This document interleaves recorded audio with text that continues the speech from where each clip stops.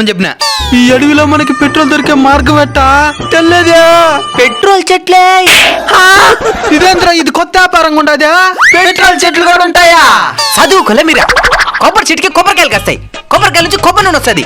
అదేవిధంగా పెట్రోల్ చెట్టుకి పెట్రోల్ కాయలు కాస్తాయి, పెట్రోల్ కాయల నుంచి పెట్రోల్ వస్తుంది. మరైతే నువ్వు కాయలు అమ్ముకుంటూ ఒకేసారి చెట్లు అమ్మేస్తున్నావా?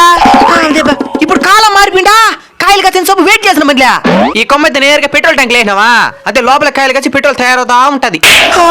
ఎత్తిదే 5,000. 5,000? తెలుగు లేదా నీకా? ఇంక జీవితాంతం మనం పెట్రోల్ పోయే అవసరంలా ఇచ్చారా? సరిందా? అయిందండి. అందుకే పెద్దలు చెట్లు పేర్లని తెలిసి పెట్టుకోమనింది.